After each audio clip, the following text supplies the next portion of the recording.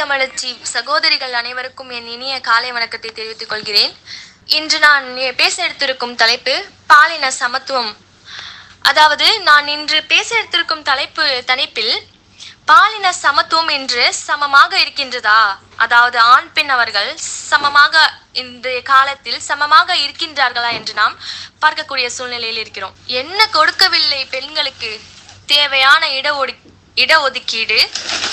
விண்வெளிக்கும் செல்கிறாள், விமானம் ஓட்டுகிறாள், மருத்துவம் படிக்கிறாள், பொறியாளராகிறாள், ஏன் நம் நாட்டின் தலைவி கூட ஆகிறாள்.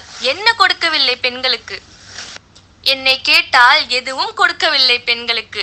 பாரதி கண்ட புதுமை தமிழ் பெண் வந்துவிட்டதாக கூறி நம்மை நாமே ஏமாற்றிக் கொள்கிறோம். பெண்களுக்கு கல்வியை கொடு, மற்றவற்றை அவர்கள் பார்த்துக் கொள்வார்கள் என்று நாம் கூறுகிறோம். எது கல்வி? 10 பட்டங்கள் வாங்கிவிட்டால் அது கல்வியா? அல்லது பெரும் தொழிலுக்கு சென்றால் அது கல்வியா? அல்லது 8 தலைமுறைக்கு சொத்து சேர்த்து விட்டால் அது கல்வியா? எதுதான் கல்வி? நாம் தான் என்ன படிக்க வேண்டும் என்று உரிமை கூட இன்றைய காலத்தில் பெண்களுக்கு இல்லை. எந்த வேலைக்கு செய்வது, அவள் சம்பாதிக்கும் பணத்தை எவ்வாறு செலவு செய்வது என்ற உரிமை கூட இன்றைய காலத்தில் பெண்களுக்கு இல்லை. தீ பெட்டிக்குள் இருக்கும் குச்சியாகவே பெண்கள் இருக்கிறார்கள். இன்றைய ஊடகங்களில் கூட பெண்களை எவ்வாறு காட்டுகிறது? ஹார்பிக் வைத்துக் கொண்டு டாய்லெட்டை சுத்தம் செய்வது அவளே, மனம் நிறம் சுவை என்று சாப்பாடு செய்வது அவளே, கணவனுடைய சட்டையில் இருந்து கரையை நீக்குவதும் அவளே, ஹார்லிக்ஸ் கொடுத்து மகனை படிக்க வைப்பதும் அவளே, சிவப்பழகு கிரீம் போடும் சொப்பன சுந்தரியும் அவளே. இதுதான் இன்றைய நாட்டின் சமத்துவமா? நீங்கள் கேட்கலாம், ஐடி நிறுவனங்களில் 100க்கு 60% பெண்களே இருக்கிறார்களே என்று. இதே நாம் போய் பார்த்தால் ஐடி நிறுவனங்களில் 100க்கு 6 பெண்கள் தான் இருக்கிறார்கள். மேலும் ஒரு உதாரணத்திற்கு, எனக்கு ஒரு பிறந்த நாள் பார்ட்டிக்கு எனக்கு ஒரு அழைப்பு வந்தது. அப்பொழுது அந்த பெண் குழந்தைக்காக நான் ஒரு பரிசு வாங்கி கொண்டு போகலாம் என்று ஷாப்பிற்கு சென்றிருந்தேன். அப்பொழுது ப்ளூ சைடு ஆண்களுக்கு, பிங்க் சைடு பெண்களுக்கு என்று தனிப்படுத்தி வச்சிருந்தது. ஏன் அந்த ஆண் குழந்தையின் டாய்ஸை பெண் குழந்தை பயன்படுத்தக்கூடாதா, அல்லது பெண் குழந்தையின் டாய்ஸை ஆண் குழந்தை பயன்படுத்தக்கூடாதா?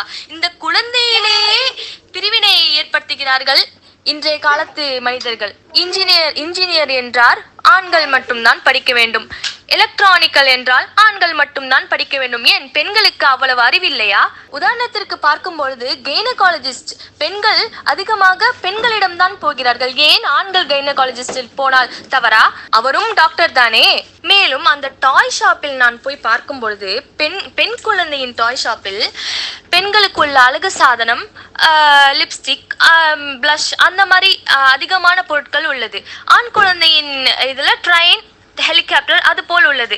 இப்பொழுது ஆராய்ச்சி என்ன கூறுகிறது என்றால், பெண் குழந்தைகள் சிறு வயதிலேயே இதே போல மேக்கப் ஐட்டங்களை அது மைண்ட்ல செட் ஆகி, குழந்தைகள் மைண்ட் செட் ஆகி அவர்களுடைய அறிவுத்திறன் தன்னை அழகுபடுத்திக் கொள்வதிலேயே கடைசி வரைக்கும் அமைகிறதாம். இதனாலேயே ஆண்களுடைய அறிவை விட பெண்களுக்கு அறிவு சிறிது கம்மியாக இருக்கின்றதாம். உயிர்க்கும் சிறப்போவா செய்தொழில் வேற்றுமையான் என்றார் வான்புகழ் வள்ளுவர். இந்திய துணை கண்டதில்தான் எத்தனை வேறுபாடுகள். கதம்ப மலர்களாய் இந்திய தாய் கழுத்தில் கிடக்கும் நவமணி மாலைகள் அவை. சாதி, இன, மொழி, மத வேறுபாடுகளால் பிரிவுபடுத்தி பார்க்கும் எவரும் இதுவரை அவரிடம் தோற்றுதான் போயிருக்கிறார்கள் என்ற மொழியெல்லாம் வந்திருந்தாலும் இன்றைய காலத்தில் ஆணும் பெண்ணும் சமமில்லை. இது நம்மளுடைய குடும்பத்திலிருந்தே ஆரம்பிக்கிறது.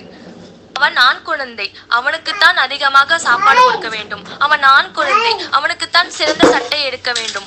உதாரணத்திற்கு தாய்ப்பாலில் கூட பஞ்சம் காட்டுகிறார்கள். தாய்ப்பாலில் கூட ஆண்களுக்கு அதிகமாம், பெண்களுக்கு கம்மியாம். பெண்களும் தானே கஷ்டப்பட்டு குழந்தை ஈன்றெடுக்கிறார்கள். அப்பொழுது ஆண்கள் படும் அவஸ்தையை விட பெண்களுக்கு அவ்வளவு வலியும் வேதனையும் இருக்கின்றது.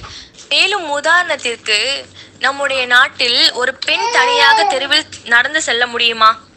தனியாக நடப்பதற்கு கூட இன்றைய காலத்தில் நமக்கு உரிமை இல்லை.